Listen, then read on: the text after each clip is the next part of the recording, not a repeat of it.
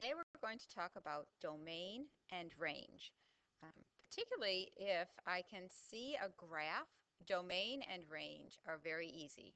We have ways to figure out domain just from the types of restrictions a function can have. For example, denominators are not allowed to zero out, and under a square root, you're not allowed to have things that are negative. But graphically speaking, it's very easy to see domain and range. If we think about domain as the x values that get used and range as the y values that get used, then visually we're just trying to determine which x values got used and which y values got used. So for this particular function, which if you saw it written out and typed it into your calculator, it would be the square root of x squared minus 4. We can see that there are all of these x values going this way, right? There is an answering y value, and all of the x values going this way. There is an answering y value, but all of the x values in this section here, there is no answering y value. So for the domain of this, we could say that all the x values from negative infinity up to -2 and including -2, united with 2 to infinity. Those are all the x values that get used. For the range, we do the same sort of thing, only along the y-axis. Notice that starting from about here, all of these y values have an answering x value. In fact, some of them, all of them, have 2 answering x values. But all of the y values down here have no answering x value. So my range would be starting at 0, right, y equals 0, going up. So 0 to infinity. The more practice you do with this, the better you'll get. So let's try a couple more. Okay, this is the function, the rational function, 1 over x minus 3. And it has a vertical asymptote and a horizontal asymptote, which are marked on the picture. So as I'm thinking about the x values that it used, this arrow indicates that all of the x values going this way have an answering y value.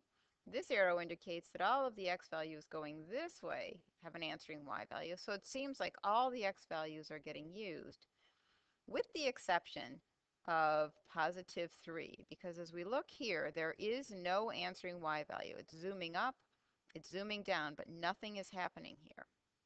So we would list our domain as negative infinity to 3, but not 3, united with 3 to infinity. So it's like it just takes a small break at 3.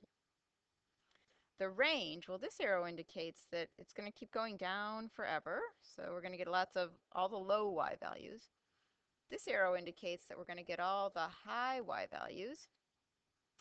But somehow right here at y equals 0, nothing is allowed to happen. So my range would be from negative infinity to 0, united with 0 to infinity. Those are all the y values that have answering x values. Okay, here's a lovely parabola. It's been shifted up 2 units. So I could almost say that this is f of x is equal to x squared plus 2, or maybe it's wider or narrower, but essentially that. Okay, these arrows indicate that it's going to continue to get wider as it goes up. So although it seems like, how am I going to get to the x values that are way over here? Well, somewhere way, way up there, there will be a y value. So the x values are getting used going out this way. The x values are getting used going out this way for the same reason. So my domain is all real numbers. And my range, well, notice the y values coming up are all getting used, but down here, there's no action that requires these values on the y-axis. So starting at 2 and going to infinity. This is a strange little graph.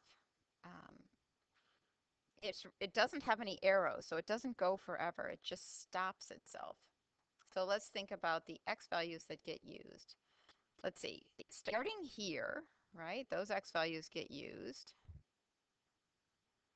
And here I have an open circle, so it seems like it's not getting used, but there's a closed circle, so even that one gets used up to here. So my domain is from -3 to 3. And my range, well, there is a gap there because the y values that get used from here to here, right? And then there's nothing happening until I get to here, from here to almost here, but that's an open circle. So my range looks like -3 to -1, and then +1 to 3, but not that 3. Okay.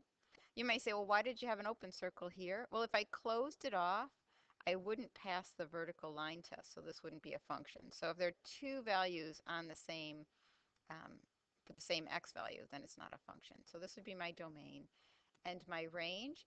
So we're going to try this in class from graphs to figure out what x values get used and what y values get used.